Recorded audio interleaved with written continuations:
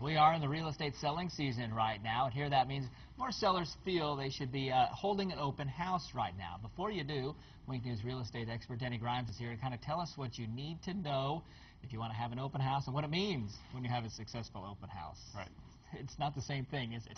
No, I mean, the sellers put their sign in the yard and they want to capture the traffic, and it's the same as putting and they have all the people come in, and they may have had their house listed with a realtor before and then they had nobody to look at it. Now they do it themselves. They put an open house sign, they get all this traffic, and they're confused. Why?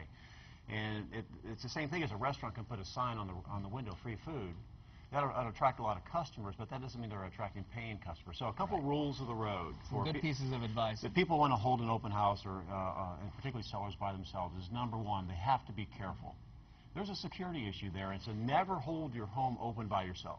Two good reasons for that. One is your own personal security, and the other is prudence for the security of your stuff.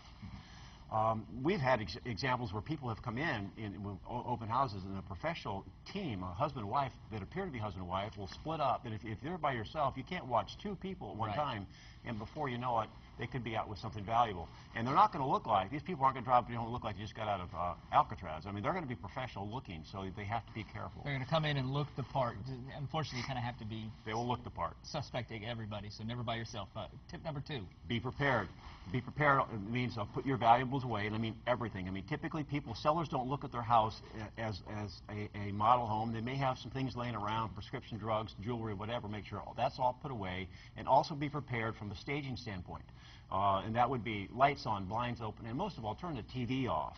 Also, they have to be prepared to let the folks enjoy the home and not feel like they have to sell the benefits of every linen closet. Sometimes sellers feel the more words they use, the better chance that people are going to buy the home, and that's not the case. Allow the people to get in and enjoy the space a little bit. You want them to go around, I guess, maybe feel it as if it was their own and envision it as their own, as opposed to you telling them what it could be or should be. That's exactly right. And the last point is to be realistic. And what I mean by that is that, you know, all this traffic and activity does not equate to the fact that your house is well priced, and it does not mean that these are all potential buyers. Remember, there's a pastime in our marketplace of people looking at real estate. And there is a higher percentage of unqualified buyers that will shop via an open house because that is the only way they can get into an open house. A realtor's not going to take out an unqualified buyer. So what do? They look for the open houses to go through. And so the sellers would maybe equate having 10 people through in a weekend is a great thing, but maybe none of them are qualified. And you say, too, our open house lookers, I guess, increase on a rainy day. Absolutely, you know, because people come here for water, warmth, and way of life, and then when it gets rainy or cold, well, what are they going to do? They're going to go look at real estate. So, yeah, a rainy day is actually a better day to have an open house to attract people, not necessarily buyers, than a sunny day. And an open house, looking at your statistics, are not always a great way to actually sell a house. Not many houses sell from an open house. Less than 5% of the homes sell via an open house, but 99.9% of those that sell during an open house are priced right. An overpriced listing will almost never sell, even if it has, 50 people. They have more traffic than the Edison home. Does not mean it's going to sell.